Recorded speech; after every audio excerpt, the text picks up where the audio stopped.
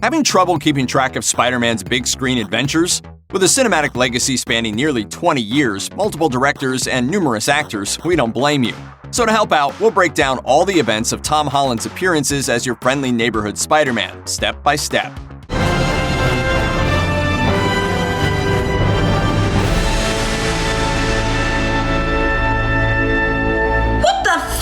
Surprisingly, Peter Parker's first appearance in the MCU doesn't come in Captain America: Civil War. Instead, that honor goes to Iron Man 2, where Tony Stark saves a little kid during the climax of the film. While Tony's flying in to stop Ivan Vanko from using weaponized hammer drones to attack the attendants at the Stark Expo, a young boy in an Iron Man mask raises his toy gauntlet to stop one of the drones. Iron Man swoops in, blasts the robot, and tells his pint-sized fan, "Nice work, kid," before blasting off again.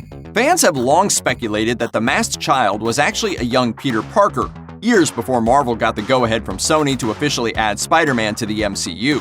After all, the Stark Expo takes place in Queens, and Peter is a longtime science geek who wouldn't miss the opportunity to go to an event like that. Tom Holland told the Huffington Post in 2017 that as far as he and MCU head honcho Kevin Feige are concerned, the unnamed boy is definitely Peter Parker. The actor even, quote, triple confirmed it, so it's about as canonical as one can possibly be.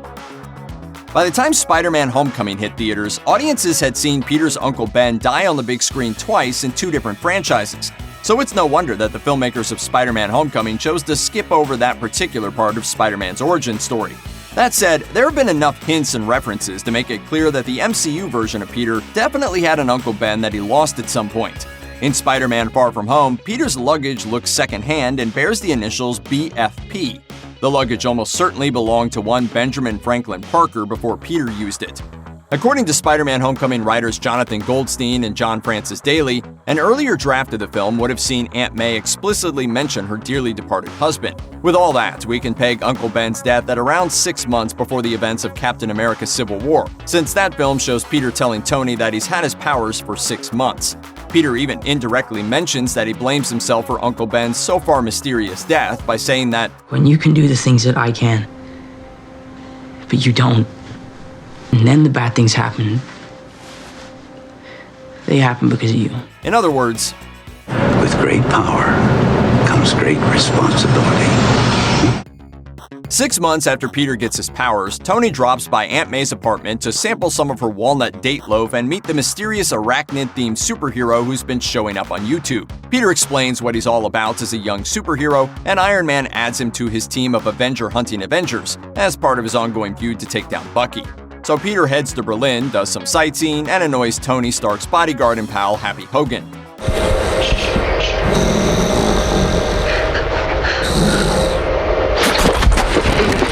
Then he gets a costume upgrade courtesy of Tony Stark and fights against Captain America, Winter Soldier, Falcon, Ant-Man, Scarlet Witch, and Hawkeye.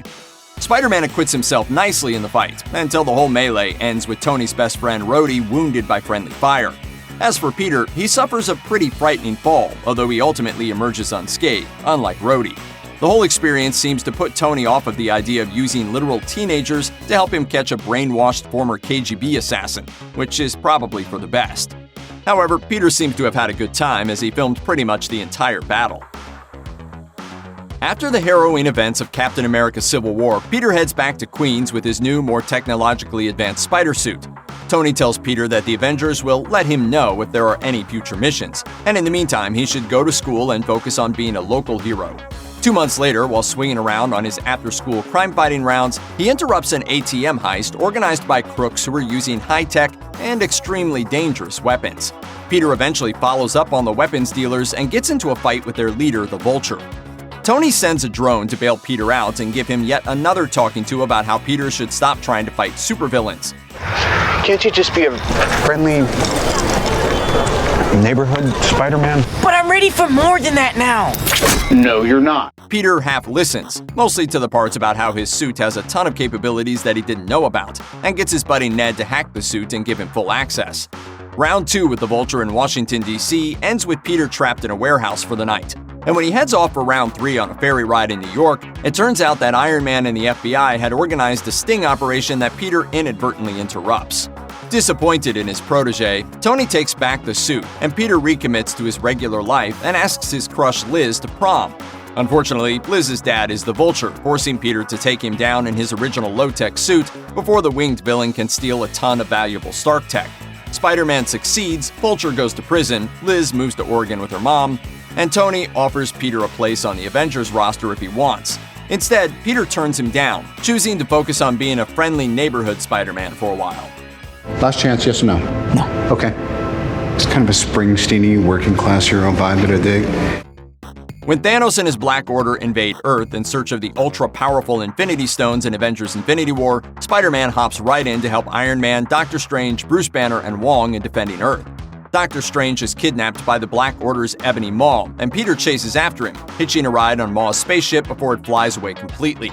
Tony quickly joins him, giving the younger hero the even more high-tech supersuit last seen at the end of Homecoming to help him battle Thanos' crew of aliens. Spidey and Iron Man free Doctor Strange, blast Ebony Maw out into space, and land on Titan, Thanos' home planet.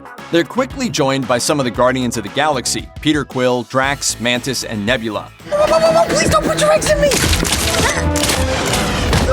The heroes prep to fight Thanos, who soon arrives to take Doctor Strange's Time Stone to add to his Infinity Gauntlet.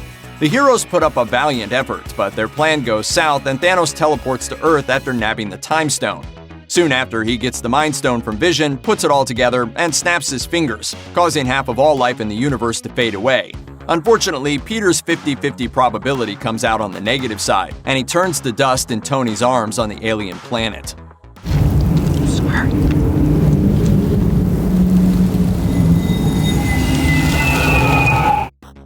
After Thanos kills off half of the universe, the remaining half is left to mourn their fallen friends and family.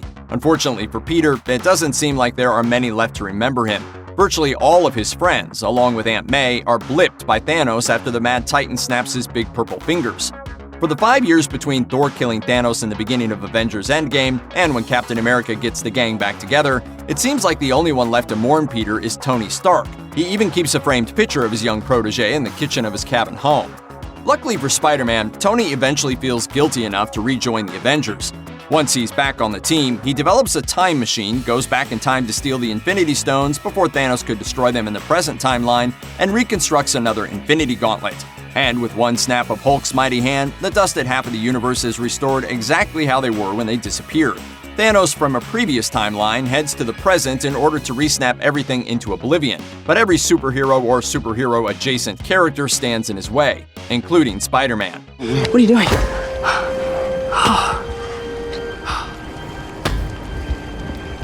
Oh, this is nice. Peter joins the fight, meets some of his new superhero peers, murders a bunch of aliens with his suit's instant kill mode, and then watches as Tony Stark gives his life to dust Thanos' crew with a snap of his own. After all that space alien craziness, it's back to normality for everyone's favorite wall crawler in Spider-Man Far From Home. Well, until he finds himself suddenly embroiled in a fight against multiverse elementals alongside a superhero from another universe, Quentin Beck, aka Mysterio. To make things worse, Peter's struggling to live up to Iron Man's legacy and to control a high-tech sunglasses-based AI system called Edith. Plus, his feelings for MJ are coming to a head. Puberty, man. You look really pretty. Therefore, I have value? No, that's not what I meant at all. I was just... I'm messing with you.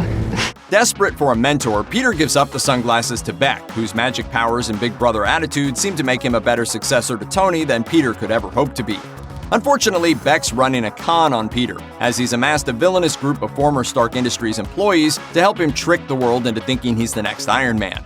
Peter learns the truth and eventually defeats Mysterio, with the villain seemingly dying in the final battle. Spidey returns to New York having saved the day, and everything seems to be going well. Until, that is, J. Jonah Jameson of the DailyBugle.net leaks Mysterio's dying confession and reveals to the entire world that Peter Parker is Spider-Man. So we're all set up for a nice, neat follow-up to that cliffhanger, right?